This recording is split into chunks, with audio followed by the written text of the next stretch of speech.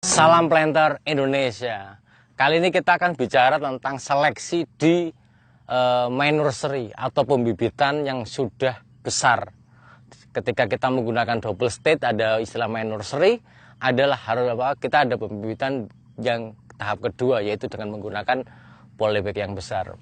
Nah, seleksi ini akan menentukan kualitas dari bibit kelapa sawit yang akan kita tanam di lapangan. Maka seorang planter ataupun para petani itu tidak ada kata kasihan, oh sayang sekali, itu nggak ada. Karena seleksi adalah seleksi. Ketika bibit itu sudah tidak layak untuk kita tanam, maka jangan kita coba-coba tanam. Karena ketidaklayakan bibit yang kita seleksi atau ketidaklayakan bibit ini bukan berarti bahwa dia tidak berbuah. Dia mampu berbuah. Misalnya ada internode pendek, ada internode panjang, itu berbuah. Namun bahwa pada prinsipnya bahwa dia berbuah namun tidak optimal. Ya, artinya ngapain kita harus kita mupuk sama tapi mendapatkan jumlah produksi yang berbeda. Nah, jadi kali ini kita akan melakukan review bibit-bibit yang yang masuk ke dalam kategori afkir di main nursery atau di pembibitan besar ini. Simak videonya secara lengkap karena nanti ada pembahasannya. Dan sekali lagi kalau pengen diskusi kepada The Brondol, silakan saja di WhatsApp aja di nomor di kita ini, silakan saja. Kalau bisa agak malam karena kami juga bekerja, maka silakan malam saja. Nanti gini, mungkin saja yang dapat saya sampaikan. Terima kasih, salam planter Indonesia.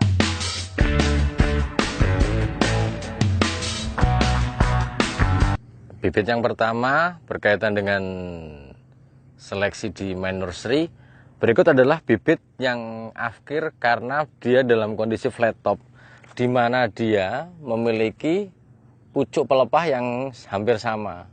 Jadi ini akan melambangkan juga nanti ketika dia sudah dewasa, maka dia termasuk afkir karena dia adalah flat top ini seperti ini. Yang kedua, ini adalah kondisinya bibit karena penyakit Crown disease. Bahwa Crown disease ini dia tidak akan bisa sembuh kalau sudah terserang di sini. Standar di main nursery bahwa tetap dia akan kita musnahkan kondisi ini. Untuk seleksi bibit yang ketiga di main nursery adalah ini. Kondisinya adalah terserang penyakit Culfularia parah, di mana kondisi yang lain, tanaman-tanaman yang lain itu sudah sembuh, ternyata dia nggak sembuh. Maka harusnya kita isolasi ini dan kita lakukan treatmentnya, tapi juga tidak sembuh. Sehingga kalau dia tidak sembuh sudah di treatment, ada kemungkinan bahwa dia sangat resisten atau mudah terjangkit penyakit. Jadi salah satu bibit yang harus kita musnahkan adalah bibit seperti ini. Bibit yang rentan terhadap penyakit Culfularia ini. Di mana yang lain dia bisa sembuh, yang ini tidak bisa sembuh.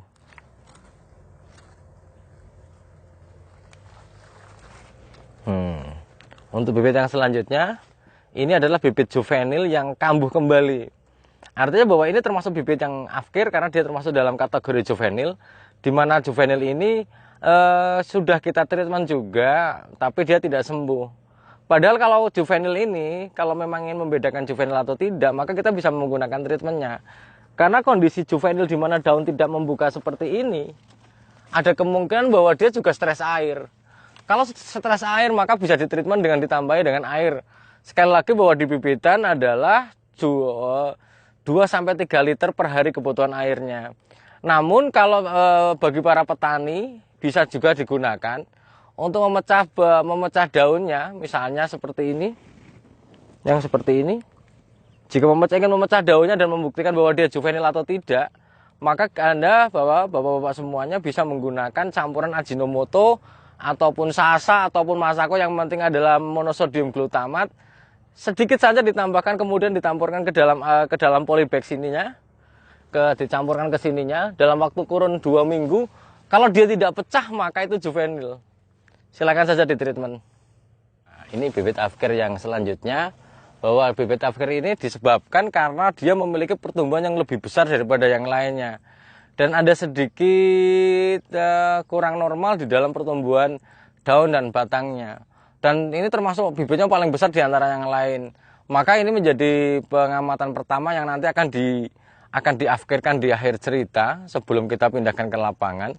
Ini masuk ke dalam kategori pohon giant atau tanaman atau bibit raksasa ini. Kita bisa lihat di sini bonggolnya seperti ini. Nah, seperti ini.